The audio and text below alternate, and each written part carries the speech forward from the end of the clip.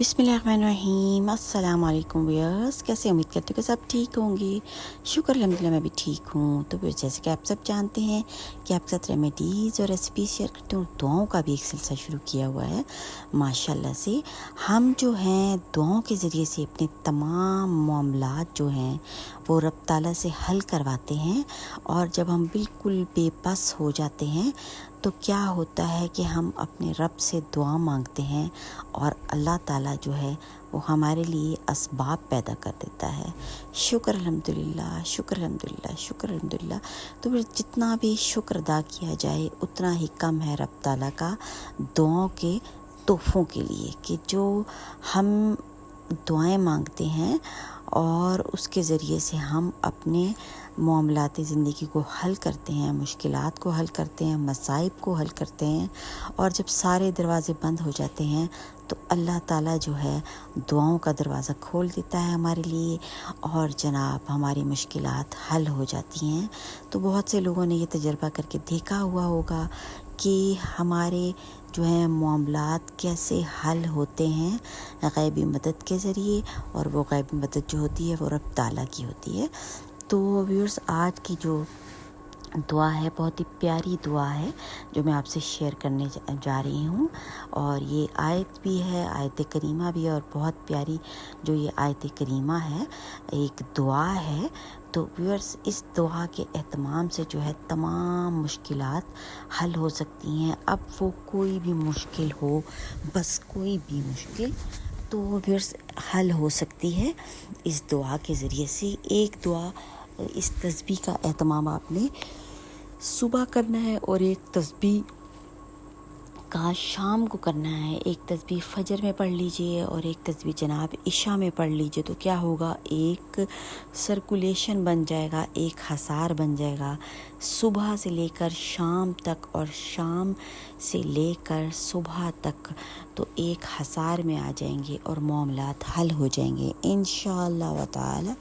तो वर्स क्या है, बहुत ही प्यारी दुआ है। वकफ़ा बिल्लाहि वकीलन।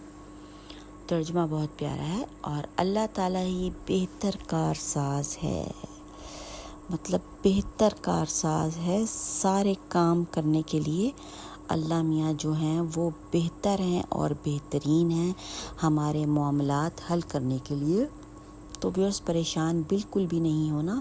लोगों के हाथों में आपका नसीब नहीं होता, वो आपके मालिक नहीं होते, वो आपके राज़िक नहीं होते, उन्होंने आपको तख्लीक नहीं किया होता। उन्हें इस बात की इजाज़त ही क्यों दी जाए कि वो आपके अंदर मायूसी का जहर भर दें, आपसे आपके ख्वाब छीन लें, आपको अपनी नज़रों में बेवक़्त कर दें।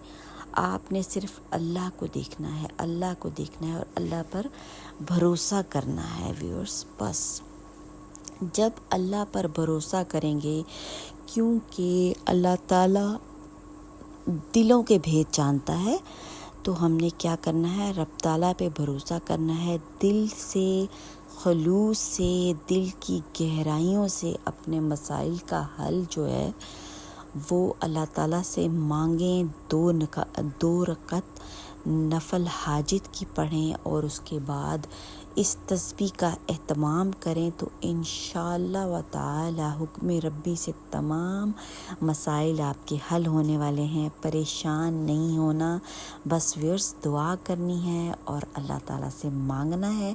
और फिर जब मांगेंगे तो मुझसे हमारी आंखों के सामने होंगे जनाब।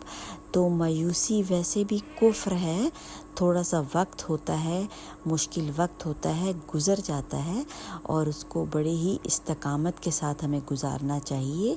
तो अगला वक्त जो होता है वो बहुत अच्छा होता है। तो व्यूअर्स, इस दुआ का एहतमाम करें, दुआओं में सबको याद रखें।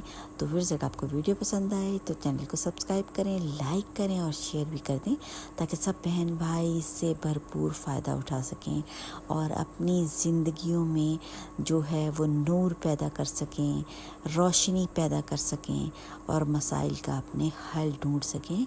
अल्लाह ताला के आगे हाथ फैलाकर, झोली फैलाकर, आंसुओं के ज़रिए से इल्तिजा करके, बिनतियाँ کر کے درخواست کر کے تو انشاءاللہ و تعالی جس کی ہم تخلیق ہیں اسی نے ہمارے معاملات کو سنبھالنا ہے.